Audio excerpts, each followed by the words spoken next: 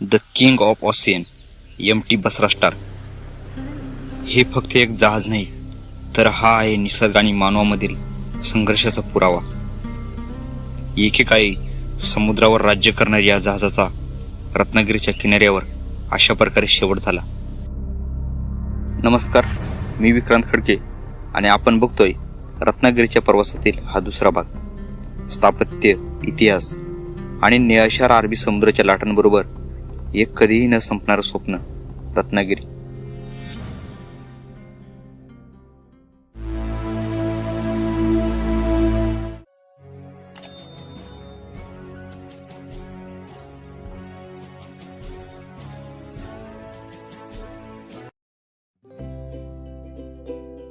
पहाटेच्या चंद्रकिरणांसोबत आजच्या दिवसाची सुरुवात झाली.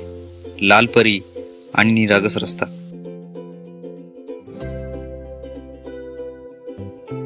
एका शांत किनाऱ्यावर वसलेलं गाव आणि मंदिर.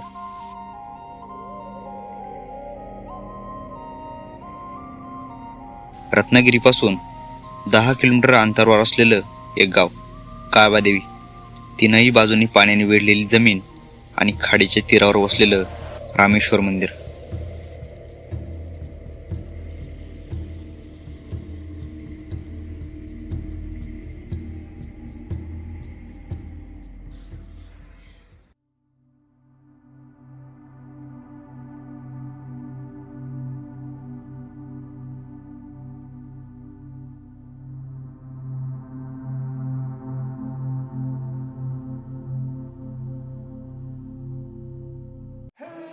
काळबादेवीच्या दक्षिणेला खाडीच्या पलीकडे असलेलं मिऱ्या बंदर आणि रत्नदुर्ग किल्ला.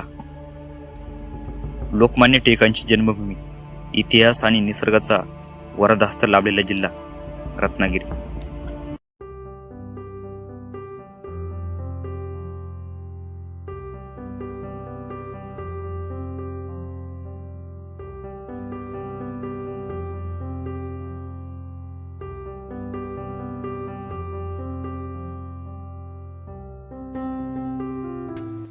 अरबी समुद्राच्या किनाऱ्यावर वसलेला एक सागरी किल्ला, रत्नदुर्ग. इसवी सन 1670 मध्ये छत्रपती शिवाजी महाराजांच्या काळात त्याची पुनर्बांधणी करण्यात आली. किल्ल्याच्या उत्तर दरवाजातून किनारा आणि मिऱ्या बंदराचा परिसर स्पष्ट दिसतो.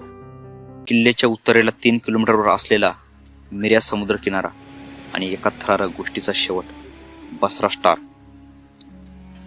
गोष्ट सुरू होते पॅसिफिक महासागरातील एक छोटासा देश सामोआमध्ये 40 वर्षांपूर्वी बनवण्यात आलेले एक जहाज.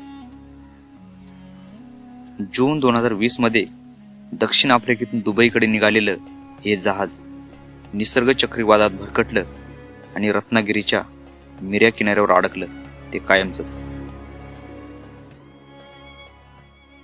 सुमारे 35 कोटी रुपये किमतीच्या या जहाजाचा हा शेवटचा प्रवास ठरला.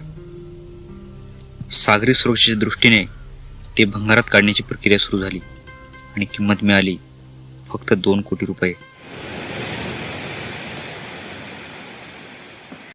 Some can't stay sober, looking over all their shoulders, like moving boulders just to get out of the home. It sucks, I've had enough, I don't wanna feel the stuck under the rug, all my problems that I shove.